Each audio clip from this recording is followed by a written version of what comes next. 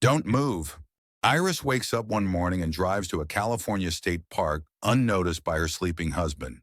She grieves for her young son Mateo, who died during a family hiking trip, and has taken Mateo's toy boat to a memorial she has built at the base of a tree. While contemplating suicide at a cliff's edge, Iris is interrupted by a man called Richard. Richard convinces Iris to reconsider killing herself by sharing a story about how he lost his daughter Chloe in a tragic car accident that deeply traumatized him. Iris shares the story of Mateo's death and its effect on her. Iris changes her mind and follows Richard back to their parked cars. There, he attacks her with a stun device, ties her wrists and ankles with zip ties, and places her in the back of his car. After regaining consciousness, Iris frees her hands and causes Richard to crash the car. Iris manages to escape, only to discover that Richard injected her with a paralyzing agent when she was out. She escapes into the thick forest, but the effects of the drug gradually incapacitate her. Iris tries hiding, but she is forced to leave her hiding spot when ants swarm her. To escape Richard, Iris crawls to a nearby stream and floats away in the rapids. Iris crawls out of the water and collapses as her watch's 20-minute timer expires. Bill, a man living alone in a remote cabin, finds Iris paralyzed while mowing his lawn. With Iris able to blink yes and no responses, Bill uses a wheelbarrow to bring Iris inside so he can call 911 for help. Richard comes to Bill's door claiming to be a distressed man searching for his injured wife. Iris blinks a warning to make Bill wary of Richard.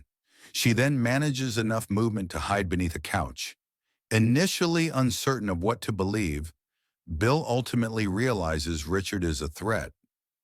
Bill pushes a bookcase onto Richard and calls 911.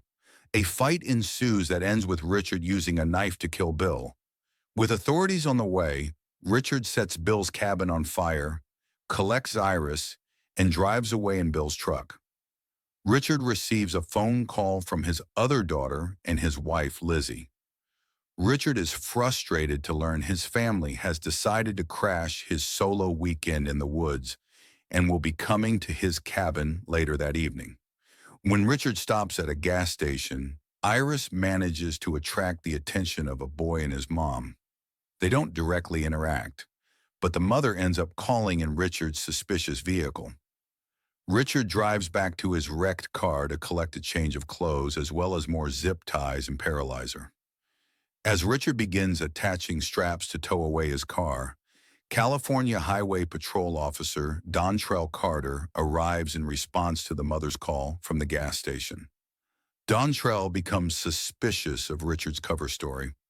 When Iris manages to mouth, "Help me," Richard beats Dontrell to death with a heavy towing cable hook. Iris begins regaining some of her faculties as Richard drives them away from the scene. Iris tries getting into Richard's head by talking about his first daughter's death. Richard brings Iris to a pier. Iris stabs Richard with a syringe full of paralyzer, but she isn't yet strong enough to push down the plunger. Richard rows Iris out onto a lake to kill her. Tricking him into making himself vulnerable, Iris stabs Richard through his throat with a fishing knife. Iris also recovers Richard's gun and fires wildly. Richard dives into the water and swims away. Damaged by Iris's gunfire, the rowboat starts sinking. Iris holds her breath until she resurfaces from being submerged. With much of her body back to normal, Iris swims back to the pier. Seeing Richard also made it to shore, Iris goes over to him.